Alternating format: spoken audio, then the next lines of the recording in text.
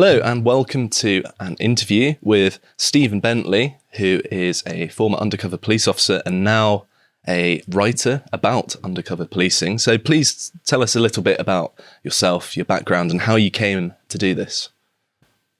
Yeah, Steve. My name is Stephen Bentley. Most people know me as Steve. And yes, it's true. I do write about undercover policing. I was an undercover police officer myself, a pioneering undercover officer back in the 1970s.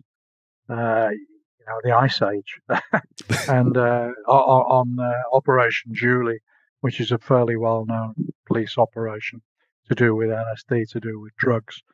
And I served in the police force from 1966 to 1980, including my time undercover on Operation Julie. And then, because of what happened on Operation Julie, I resigned from the police force as a detective sergeant. Went about doing various jobs for a while until I went back to the law, in that I went to university, got a law degree, and ended up practicing as a criminal barrister for 14 years, mainly in London. And then after that, after I retired from working completely, I started writing. Started off with my own memoir about Operation Julie, my undercover experiences on Operation Julie, and that led to me writing some crime fiction about a fictional undercover police officer named Steve Reagan, spelled Regan, but pronounced Reagan, Steve Reagan. And then I suppose I'd been around Amazon and done fairly well with my books, that I got approached by a character called Mark Dickens, and that's an alias. Mark Dickens is another former undercover police officer, but in a more modern era than me.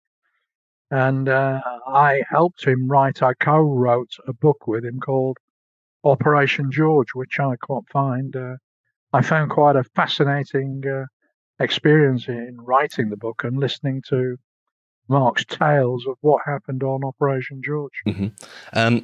So before we get into that, because I am very interested in Operation George, what was the reason that you left the police after Operation Julie?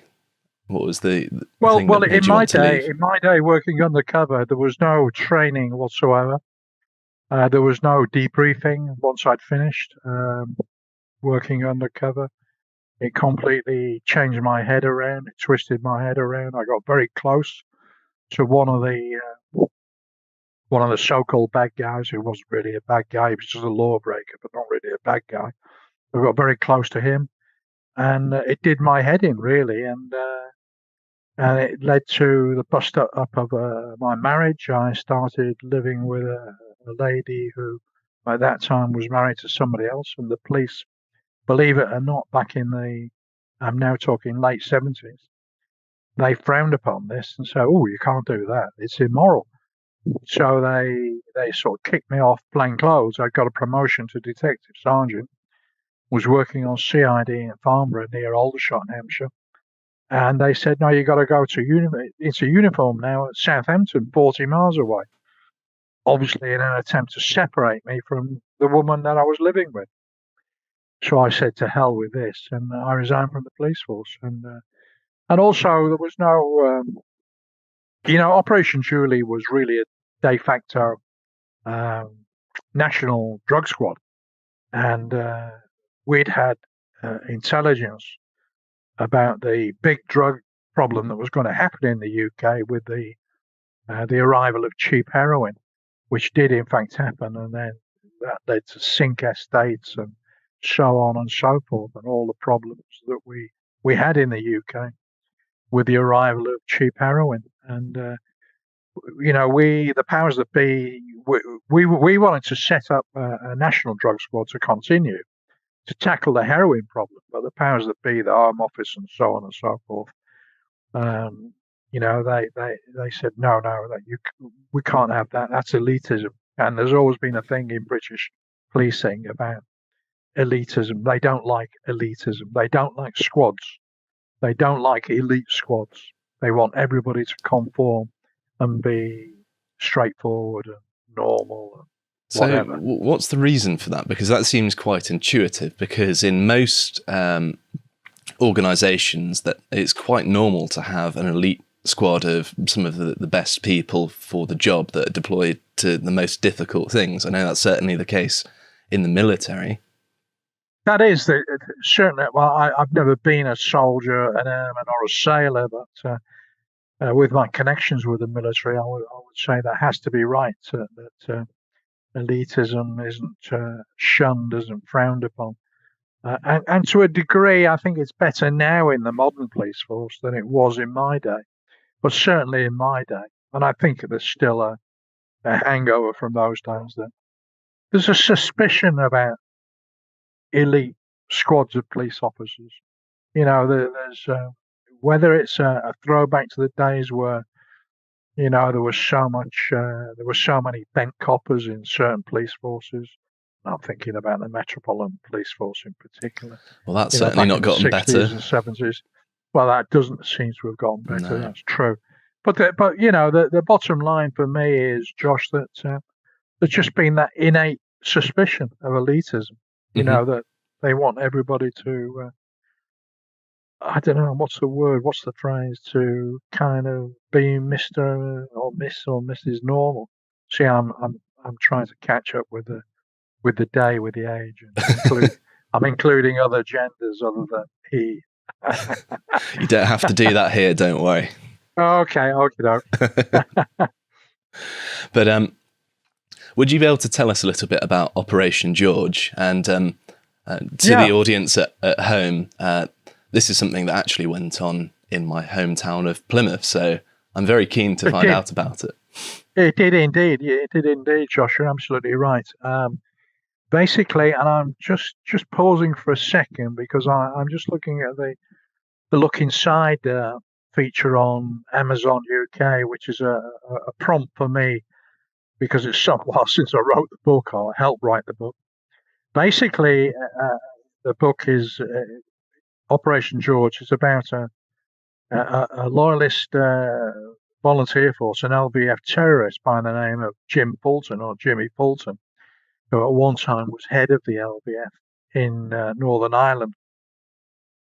There was in 1999, a bomb went off, exploded in a car, killing a lady called Rosemary Nelson, who was a prominent Belfast solicitor, and in fact she was very prominent in the Garvachy Road protests back in the 1990s.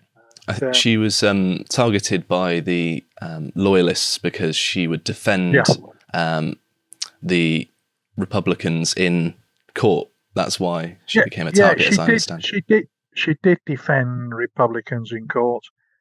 There's no suggestion that she was, in fact, a Republican or active in the Republican movement. There's been no suggestion of that whatsoever. It seems because of her associations with defending Republicans, she became targeted not only by loyalists but also by the RUC itself, or certain elements of the RUC, who actually at the Drumcree protest, they actually spat on her. Police officers, uniformed police officers, spat at her and abused her verbally, so on and so forth, pushed her around. And all of these things are in the public domain because of the Rosemary Nelson public inquiry. But anyway, a bomb went off in 1999. I think it was March of 1999. And, virtually killed Rosemary Nelson instantly. A splinter group from the LBF claimed responsibility over the telephone. I think they telephoned the Ulster TV station in Belfast, claimed responsibility, and various the early inquiries, which were headed up by the RUC, the Royal Ulster Constabulary. This is in the days before the Police Service of Northern Ireland was formed.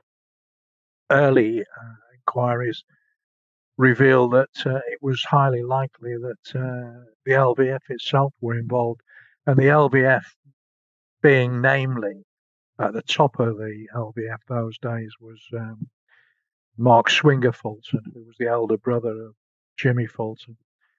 And because of the politics of Northern Ireland, what went on at that particular time was that it was decided that Ronnie Flanagan, who was the chief constable of the RUC at that time, pressure was put on him from America, from worldwide, really, for there to be an independent inquiry because of the the suspicion that the RUC or certain elements of the RUC were sympathetic to the loyalist cause.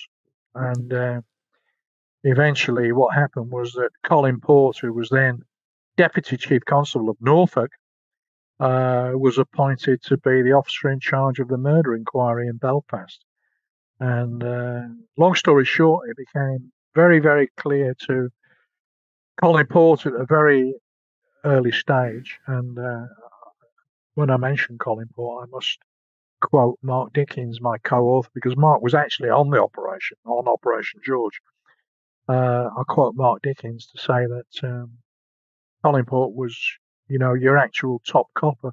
He was a fantastic governor, a great detective. And in the early days, Colin Port met with a guy from the FBI whose name escapes me, because there was a lot of American pressure, to crack this case wide open. That seems kind of counterintuitive to me. I mean, I didn't, I wasn't alive at the time, but actually, I probably was in 1999. What am I on about? But I wasn't following it at the time. No, it's right. Yeah, I understand that. And so why would there be American interest in matters disputes between Northern Ireland and Ireland? Obviously, there are lots of former Irish immigrants in the United States, but that's the only thing that really comes to mind.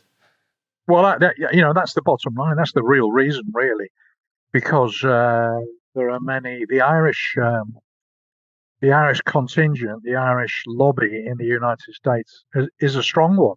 Always has been a strong one. Always been very influential.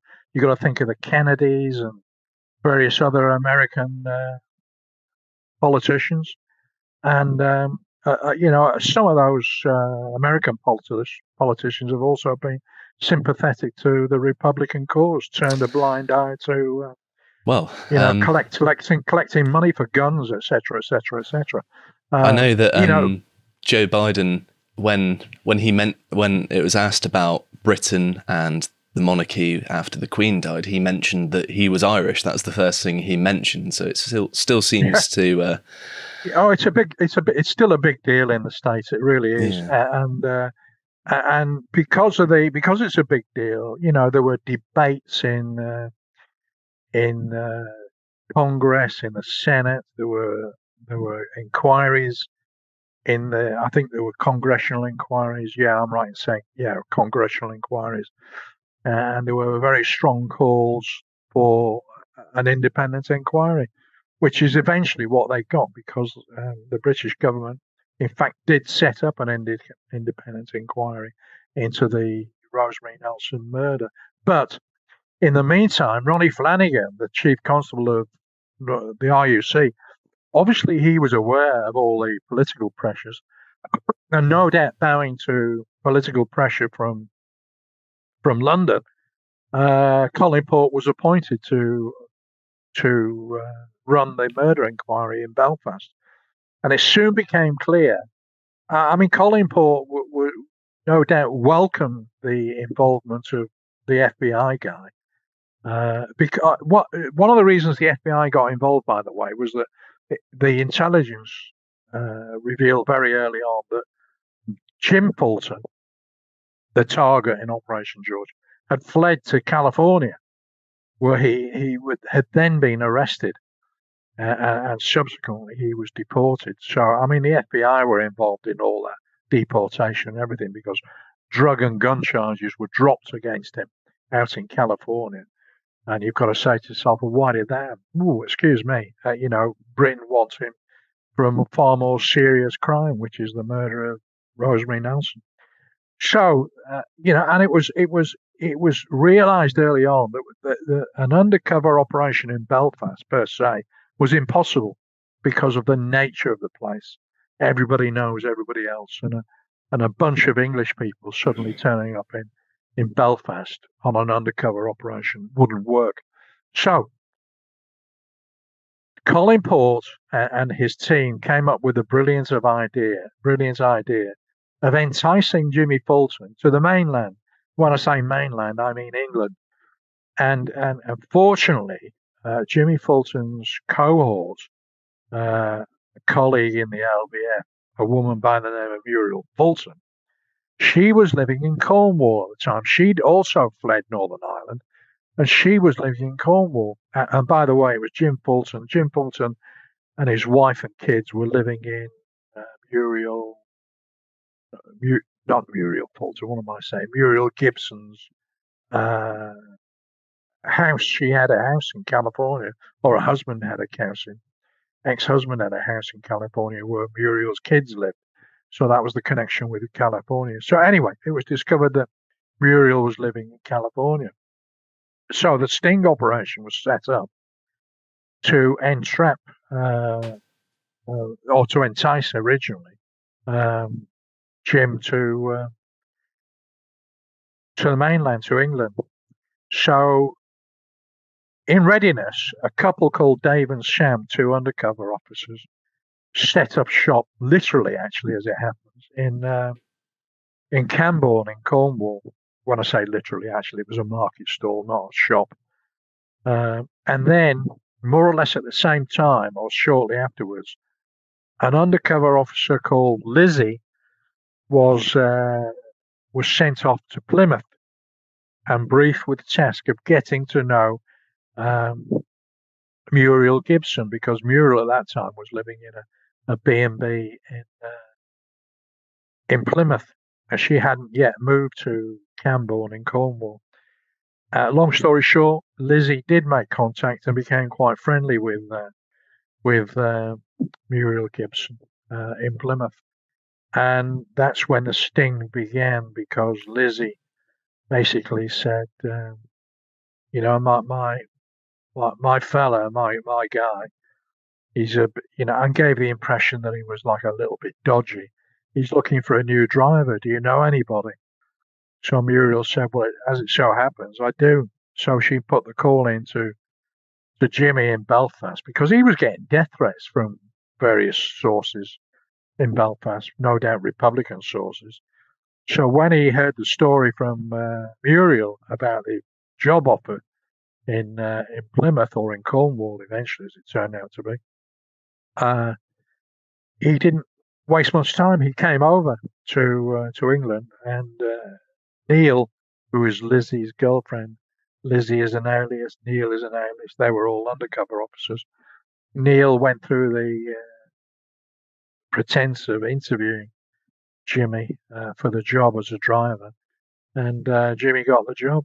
And basically, Neil gave out the impression that he was head of a firm, an organised crime gang in Plymouth, and they spent the best part of 2 years in Plymouth in the company of Jimmy, and he was being recorded all the time, whether he was in a car or whether it was in his home, because eventually they found accommodation for him in Plymouth too. So a lot of people who might not know how undercover policing works, spending 2 years undercover trying to get to know the nature of him, his crimes, and also gathering enough evidence to convict him, it seems like quite a long time. And is that ordinary for it to take that long? Certainly in this particular case, Operation George, I don't think it's right to say that it was out of the ordinary. They had to let it run until they were satisfied that either A, he'd given them enough evidence to convict him of something in connection with the Rosemary Nelson murder, or B, they hadn't got that evidence, but they had evidence of other serious crimes, which in fact B was the case.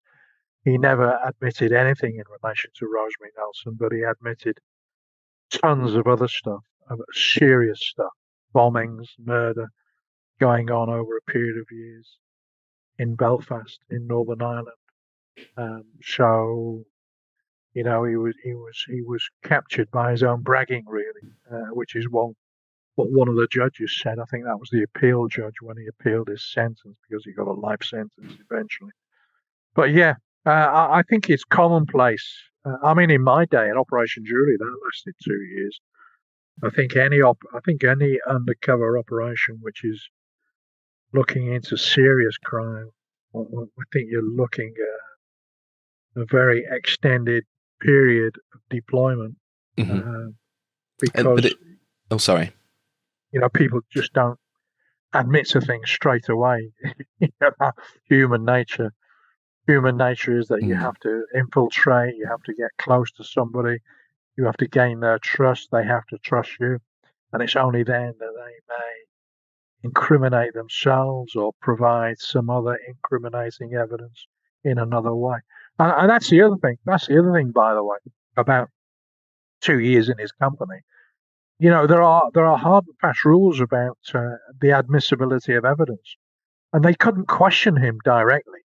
They couldn't say to him, "Oh, Jimmy, what do you know about the wounding of an RUC policeman at the Drum Creek March and such a date." That was verboten. They couldn't do that. They couldn't ask direct questions.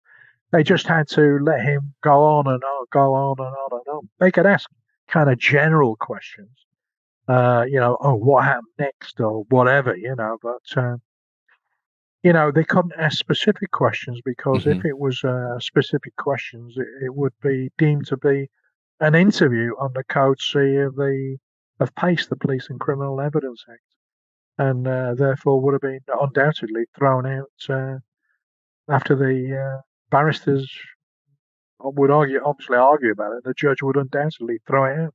And it's the same with the use of drugs and the use of alcohol.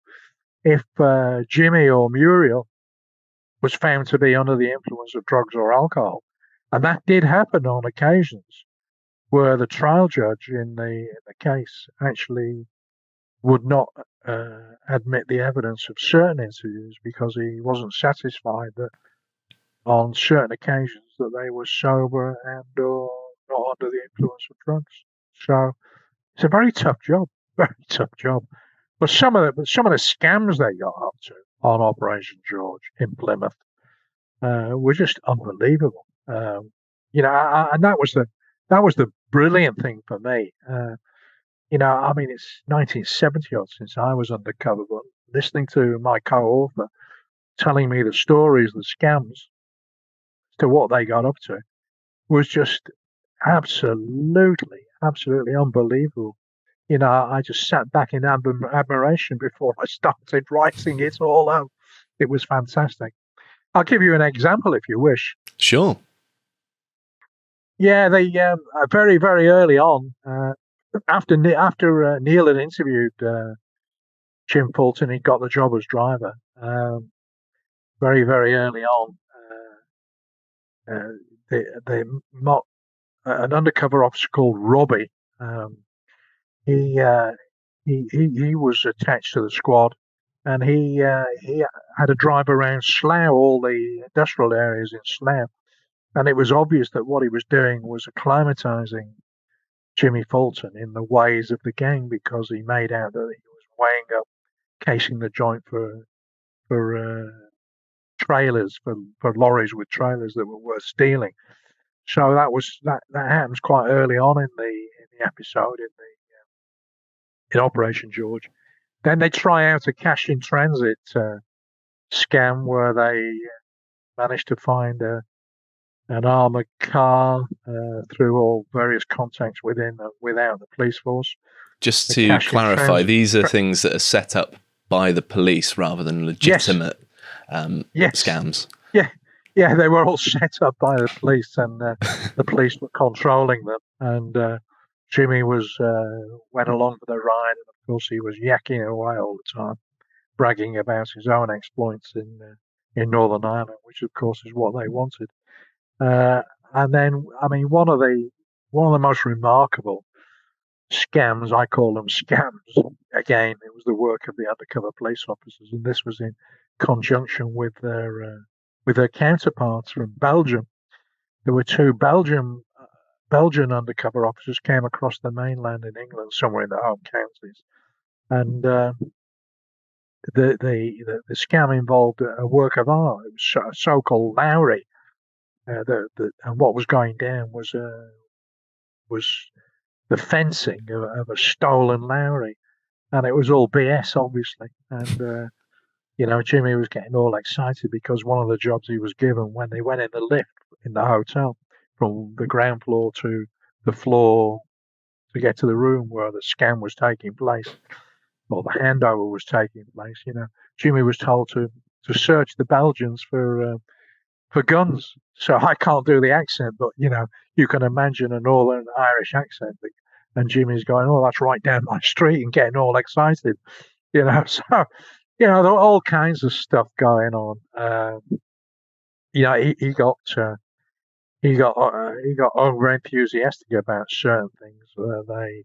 They stole, inverted commas, a whole lorry load of cigarettes and a van load of transit vans went in and out of the warehouse. All police officers, by the way, all undercover officers, pretending that they were going to distribute the cigarettes and the stolen cigarettes. And Jimmy got over enthusiastic because at the end of that particular scam, he wanted to set the trailer on fire that had been so-called stolen. It was just, there were so many things going on. And they managed to get his brother down to Plymouth. They went out for a Chinese meal. Robbie, Neil, one or two others of the undercover team, and met up with Neil. With Mark Swinger Fulton and Jimmy Fulton. Had a Chinese meal in Plymouth, and recorded all the goings on. And I think one of the most humorous episodes in a story which really doesn't have humour at the centre. I mean, the bombings and the killings in Northern Ireland are not funny at all. But one of the humorous things that did happen on Operation George was the probe. Besides the probes, the listening devices that were fitted to the undercover police vehicles. So Jimmy was yakking away, and they were recording everything. Probes were also fitted to the house where Jimmy and his wife were living in Plymouth, on a big council estate in Plymouth. And the probe stopped working. So the technical people made the undercover team aware of this. So the undercover team came up with a plan. So the plan was to tell Mark's wife, Tanya, had always been complaining Jimmy's wife, Tanya, had always been complaining to Jimmy about the state of the coving in the living room in the house in Plymouth. It was covered with nicotine stains from the previous tenant. And Robbie, being a dab hand at do-it-yourself, he said, "Oh, no worries, I'll fix that." He said, "Jimmy, do us a favour, just give us the morning. I'll go to B&Q and I'll get the materials and I'll go put the coving up. Only take me a morning. You take the missus out. It's her birthday. Here's a few bob for a meal or whatever, So Jimmy took his wife out for the morning, for the most of the day. And Robbie got busy fitting the coving, and with the help of the technical team, they replaced the probe, and the new coving was in place too, and the probe worked perfectly. They could hear everything was said in the house, crystal clear. Brilliant, just a brilliant story.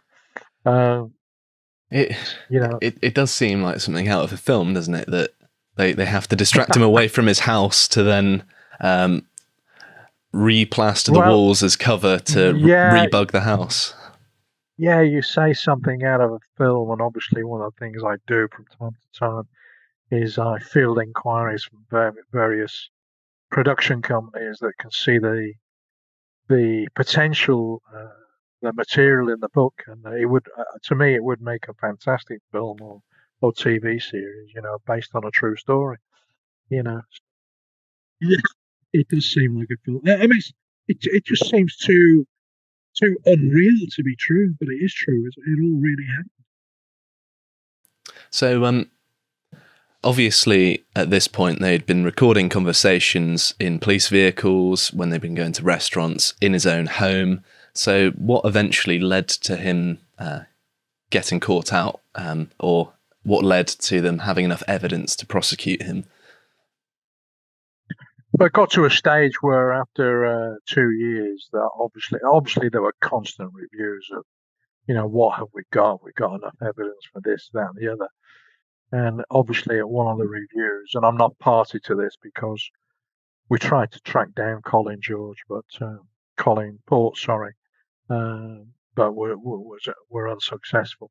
So I'm not party to what actually happened, but one can only reasonably surmise that a review of, well, what have we got? Review, and obviously the Crown Prosecution Service would have been involved in that. It became clear that there was sufficient evidence to prosecute Jim Fulton and Muriel Gibson for some very, very serious crimes, including murder, which happened. So they decided to enter the strike phase, which is police speak for the arrest stage, and so that's what happened. Thank you Muriel very much Gibson for was on holiday at telling the me. time. Yeah, Muriel Gibson was on holiday at the time, but the strike took place at Jimmy's home, Jimmy Fulton's home in Plymouth. And that's another funny story, that the night before the strike, obviously it had been surveillance ready for the arrest phase. And the local uniform team, Devon and Cornwall Police, were responsible for the arrest. And they would have had an armed tactical team as well. So obviously a commander had seen the setup outside Jimmy's home and wasn't too happy with the way Jimmy's car, it was a car given to him, courtesy of Colin Port, courtesy of Operation George. They didn't like the way the car was parked. It was the wrong way around. They wanted the driver's door facing towards the pavement, for obvious reasons. I think that if you're running an armed tactical force strike team, you want a clear shot at a target without endangering anybody else. In other words, somebody in the middle of the road or somebody on the other side of the road. So Robbie got the phone call. They were in the pub with Jimmy the night before he was arrested. They were in the local pub with Jimmy, and Robbie got a phone call, and it was his cover officer. The cover officers are people who look after the welfare of the undercover officers on the plot. On the plot is another piece of police jargon meaning the place of the operation. And Robbie got a phone call from a cover officer saying, telling him that the local police, the local old Bill, the real police as it were, wanted the car turning around. So Robbie had to think quickly on his feet, and so he went back in the pub and he said, "Oh mate," he said, to Jimmy, "I need to borrow your car." Came up with an excuse. So Jimmy gave him the keys. So he went down there and moved the car. And as he moved the car, he saw Tanya, the wife, come out. Thank goodness she didn't think of anything more of it. And when he went back, he found that there was still an empty space in the same space right outside Jimmy's home. So he parked it the right way around, ready for the arrest phase in the morning. So, although it was funny in a way, it's quite scary really. I mean, you do need some balls to perform a I was just thinking that, actually, that operation like that. just going from being in the pub to, potentially doing something that could expose you to a known murderer. I said this many a time when I was writing the book with Mark, and he said, "Well, Not really. I mean, these guys are just so well trained these days. So far it's no different than the days that I operated. But, I'm not saying that they train fear out of them, but they've got backup. That they know they've got backup, and you know this, that, and the other. So they're confident in their own abilities and what they can and can't do. I take my hat off to them. I really do. Full of admiration for them. That leads us quite nicely to talking about the difference between your own experience in the police and your knowledge of the police today, because I think a lot has Yeah, changed from what I've heard. I know many people in the police currently, as well as hearing from others who were in the police many years ago as well. yeah, no doubt it has changed, and obviously I know it has changed because I still know people that are in the police force or who have recently retired. I mean, going back to my day, I think I've already said. I mean, there was no undercover training whatsoever. Uh, I was just given a briefing, and I say we, I work with another undercover officer, Eric Wright. Eric Wright and I just made it up on the fly. There was no manual, nothing at all. We just made it up as we went along. But it's funny talking listening to Mark Dickens was writing Operation George. A lot of things that we did as undercover officers, they were intuitive, and a lot of the stuff that they're trained to do now is very similar to the stuff that we did. But we did it because it seemed the natural thing to do. So quite Hmm. interesting. But the other important thing, I mean, there was no debriefing. We when we finished undercover, there was no debriefing. I was a bit of a mess, to be honest with you. Psychologically, I was a bit of a mess because of what was going on in my private life, partly because of that. But there was no debriefing. There was no counselling. There was nothing. These days, they have all that. They have psychiatric, psychological backup facilities to consult with a counsellor. If there's anything troubling them, if they got issues in their own private life. It's the difference is chalk and cheese, really. And It's good to you, hear you that know, things they, have they improved, certainly. well, things certainly in terms of undercover policing, Mm. things have improved. There is a regime in place that seems to appreciate that. It is a special breed of police officer. It's my belief that not everybody's cut out to do it, No, I'm but sure there we that's are. certainly the case. I mean, Yeah, there we are. it's definitely But not for everyone. yeah, but in terms of the police force in general, I mean, it's what I've heard. Some of the things I've heard, um, I think they're pretty horrendous, really. It's Yeah, just such. I mean, we live in such a well in the United Kingdom. I no longer live in the UK, but I'm very very aware that the UK is very much a woke society these days. Some of that wokeness, if that's a word, is appropriate, I think, but I think it's just gone too far. And yeah, and I've heard lots of things, for example, of people being in group chats on their phone and someone else has said something and the officer hasn't told them off or left the chat, and then that officer has been punished for what someone else said, even though they had no control over that.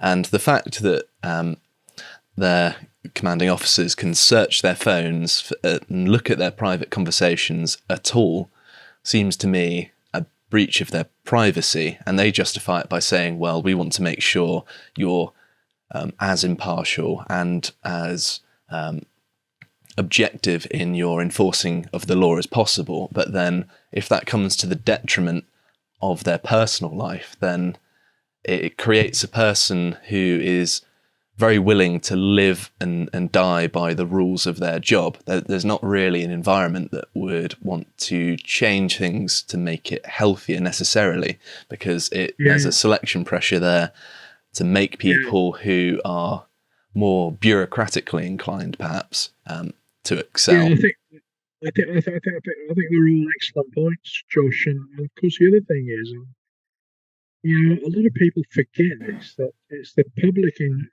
general that is suffering because of the changes in police attitudes and policing in general. I mean, I remember just before I left the UK some years back now, I remember I was the victim of a burglary in the house I was living in southwest London.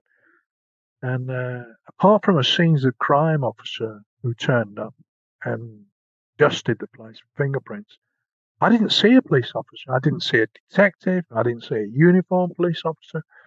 Nobody seems to investigate straightforward crime these days. I know, You and know, it so seems strange to me because what most people want out of the police is them to investigate property theft and violent crimes, mostly. yeah, yeah, Of course, there are other things as well, but those are the main concerns of ordinary people, because those are things that could happen to anyone, no matter who they are. And it seems like a lot of police time is wasted on crimes that shouldn't really be crimes in the first place, like people posting things that people find offensive on social media. Why? There's no reason for that to be a police matter. Never mind the I fact agree. that I agree with that. I agree with that. It's that's a freedom of speech issue. It's nothing to do with. yeah, and it's It's not a criminal matter. It's not a police matter. there's a controversy at the minute with policing with these non-crime hate incidents, which actually know people in the sort of political commentary sphere that have these logged against them. So if they ever apply for a job that has an advanced background check, even though what they did wasn't a crime, it's been logged in the system and it'll come up in a background check as something potentially damaging. Yeah. And Detrimental, to that individual. Yeah. I think that's wrong. Definitely wrong. It's definitely a question of. Sounds like George Orwell, doesn't it? it definitely 1984. does, yeah. Except we're in 2023. Hmm. So it's very scary. But I think one of the biggest problems with the police force, and it started to develop when I was still in it, and I came out in 1980. But I was, I defended and prosecuted as a barrister for 14 years after I left the police force. So I was kind of, I still had my involvement, discussions with Hmm. police officers from time to time. And one of the things that I found happened was the thief taker, as I call them, the honest to goodness copper that's very good at sniffing out crime, very good at sniffing out criminals, and very good at arresting thieves, i.e., the sobriquet thief taker. Therefore, rather, the sobriquet thief taker. That old-fashioned type of police officer faded out, and the police officer that was on the rise was the one that could bullshit, the one that was good on paper at bullshit, and writing up memorandums of operation and procedures and this, that, and the other. I think And this sort of thing. almost like Oh, sorry. almost like the advent of. If you remember the advent, or you may not do. But I can tell you the advent of the health and safety industry in the UK. It was just there were instant experts grew up overnight, and all they were good at was going, visiting a place, and doing a report. And the same kind of thing happened in the police force. And they rose in the ranks rapidly. Inspector, chief inspector, superintendent, chief superintendent. And before you knew where you were, they were chief constable of some police force or other. The real coppers, the thief takers, faded away. And Colin Port of Operation George, I was so grateful to listen to Mark Dickens in the process of co-writing the book. That Colin Port was my kind of copper, old style copper. And old style copper doesn't need me to say that they're bent. I mean, I certainly wasn't a bent police officer. I consider myself an old style thief taker, a good police officer, a good detective. Certainly not men. And there we are. I think that's one of the things that went wrong with Hmm. the police force. And now when they're talking about, you need a degree, to be a police officer. It's just, who's running the asylum? Am I allowed to say that these days? Yeah, that's fine. Yeah, who's running the asylum? It's absolutely crazy. A degree in policing. Yeah, right. It it does seem rather arbitrary. It just suggests to me, I mean, I've been to university, but I don't necessarily think you need to go to be any more qualified. You get people who have degrees that are completely incompetent. You get people without them that are much better. It's kind of Correct. inconsequential to people's performance in Correct. a job, in Uh, my I opinion. totally, I totally agree with you. I mean, I did a 3-year law degree. It didn't make me a better person, but it was a necessary step to qualifying as a barrister. Mm, So, and I think there's a difference, by the way, between they brought something similar in for nurses years ago, and I think there's a difference. I think nursing is such a technical job. I can see the validity, the value of a degree course for nurses. mm, But for police officers to patrol, well, that's the problem, you see, to patrol the streets. They don't patrol the streets any longer. That is one of the big issues that we're talking about. There's this mismatch between what the public desire and what the public need in terms of crime prevention and feeling safe in their own homes, feeling safe in the street. I mean, I got to a stage when I was reasonably fit in my 40s, not daring to go to the town centre for a pint on a Saturday night because it was too scary. We don't want to live in a place like that, in an atmosphere like that. And the police force needs to get a grip, and the government needs to get a grip. Really, it's mm. the government that are responsible for a lot of this mess.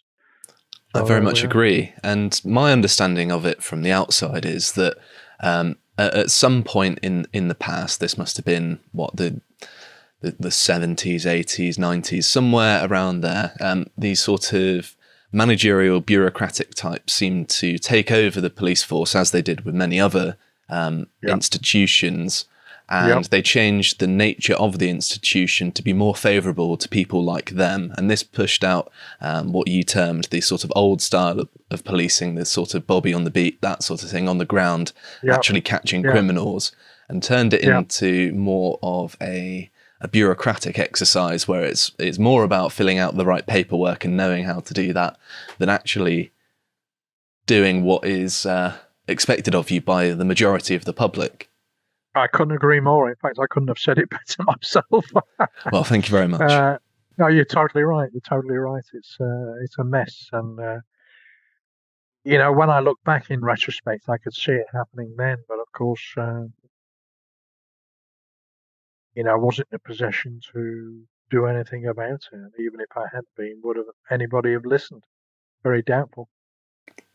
Is there, do you see any ways of improving things or bringing back that older style of policing? Because it seems we need it now more than ever with the failures to tackle things like violent crime. You have people like Sadiq Khan in London trying to prevent stop and search for knives. And funnily enough, when he stopped stop and search, the knife crime deaths went skyrocketing up. I mean, Yeah, yeah. I wonder why.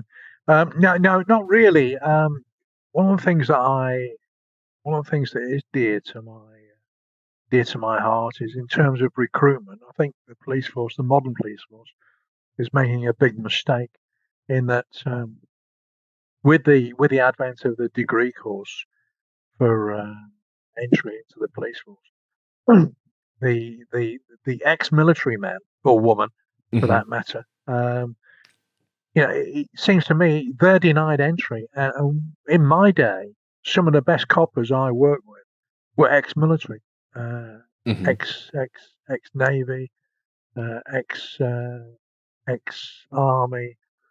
Not so much, no doubt one or two people are going to get irate about this. Not so much ex-RAF, I don't know why, but, but certainly ex-Army and ex-Navy, both Royal Navy and Merchant Marine, were great guys. Hmm. They were great to work with, and they were sensible, down to earth. They knew the streets, they understood people. See, there's the key. I don't think the modern police officer really either A, knows the streets, or B, because I think, the truth be known, I think they're too frightened to go on the streets. And they certainly don't know people, in my opinion. That And, seems perfectly reasonable to me. That's kind of my assessment you know, from what I've heard, and I've spoke to many people who've you been in the know, police for years now, and are still and if you in don't the have police. if you don't have those two, sorry to interrupt you, Josh, if you don't have those two components, knowing the streets, and I mean really knowing them, and what was the other thing? Uh, Knowing the streets and Being able to something else. understand, talk to people.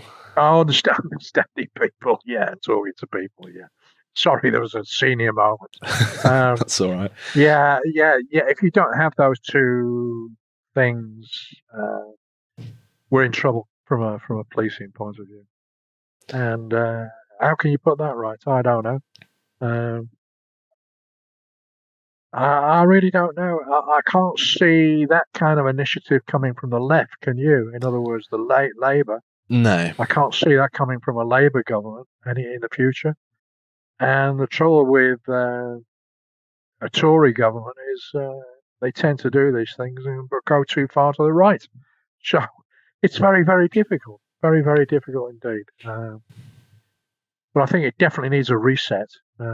Let's get more military into the police force. Hmm. I do know of. I can't say too much because I'm not. I think this is in its infancy, but I know that there are efforts being made to streamline the process because at the minute, obviously, if someone's been in the military, chances are they're not university educated, and perhaps there are ways in which there could be an accelerated program to get ex-military men That would who be perhaps, great. yeah, who perhaps a bit older, a bit more experienced, who That would would be probably great. be more well suited to going into policing once they leave the military than a lot of other professions.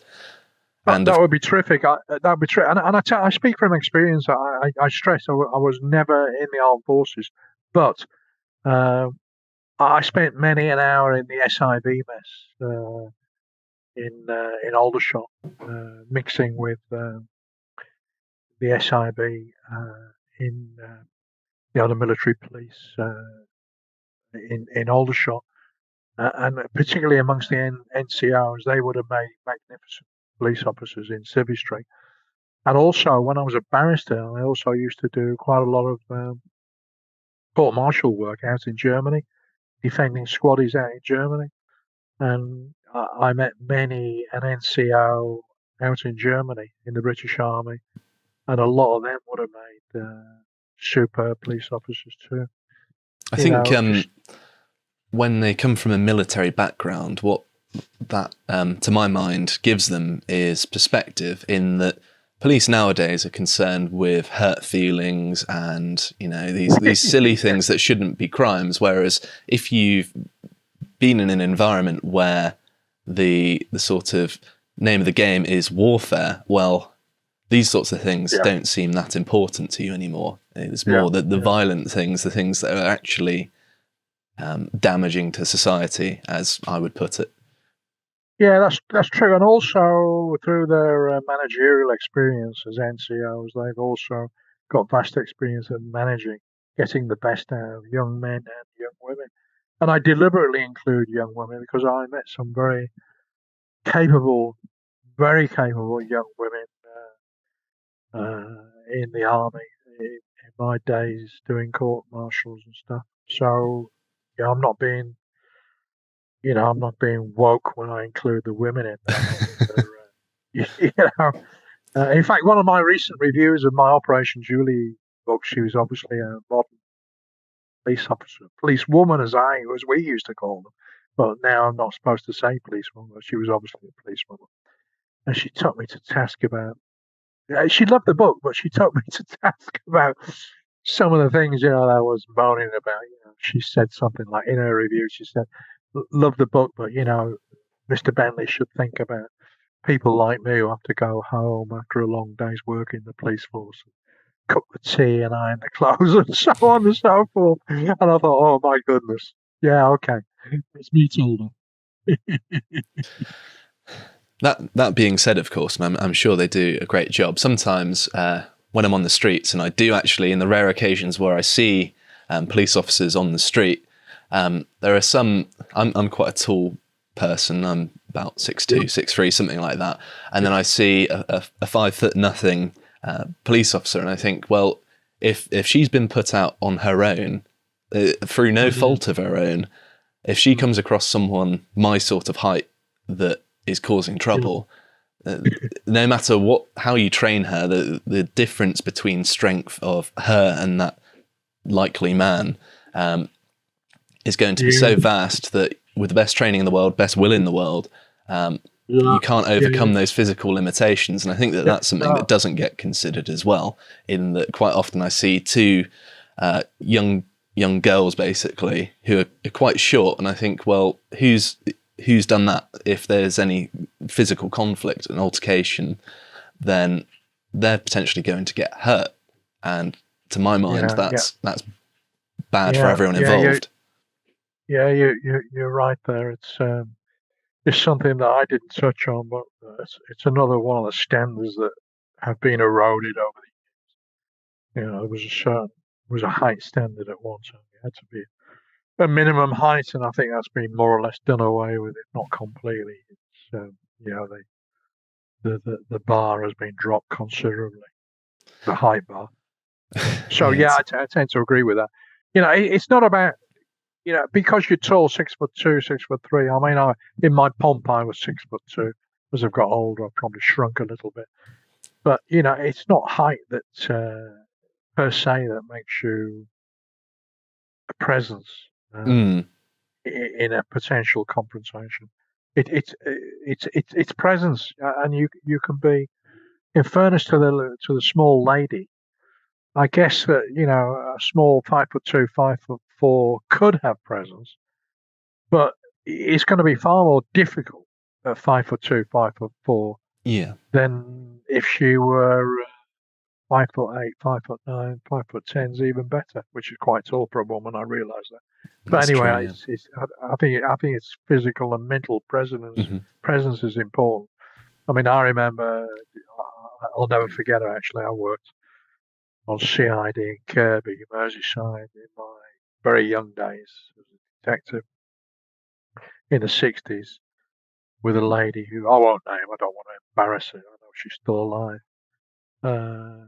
But she wasn't tall, and she was really slim, good-looking blonde. But she had this attitude. She was an out-and-out Scouser. She had this attitude, and the people who wanted to perhaps think about a fight where she was around, they thought twice, because I'm sure she could handle herself. I never saw her handle herself or have to handle herself. There was just that presence. At times she bloody well scared me. Let's put it that way. So I think we're slowly running out of time here. Is there anything? Not a problem. Is there anything before we finish up that you've noticed that is a positive change from in the past that we haven't mentioned? Because I always like to end on a positive note if I can. I really wish I could think of something positive. I guess that I've already covered it, Josh, in that undercover police officers have a regime now. Not only the training is superb, which didn't exist in my day. The backup is superb. They have cover officers looking after them, which we didn't have. They have recourse to help if they're suffering from any mental health issues or problems in their private life. Didn't have any of those, so I'm going to leave that as a positive. I would have welcomed all of those things in my day. And who knows, if I'd have had them in my day, you might now be speaking to an ex-chief constable. Who knows? But thank you very much for taking the time to talk to me. And where can people find you if they're interested in your work? Yeah, two places really. Look me up on Amazon.co.uk. My author page, Stephen spelt with PH, Bentley spelt like a motor car, Bentley. Or my website is www.Stephen, PH again, all one word, Bentley, Stephen Bentley, .info. Okay, well, thank you very much for taking your time today. And I really enjoyed talking to you. It's really interesting to hear your perspective and the story of Operation George. And thank you very much for watching.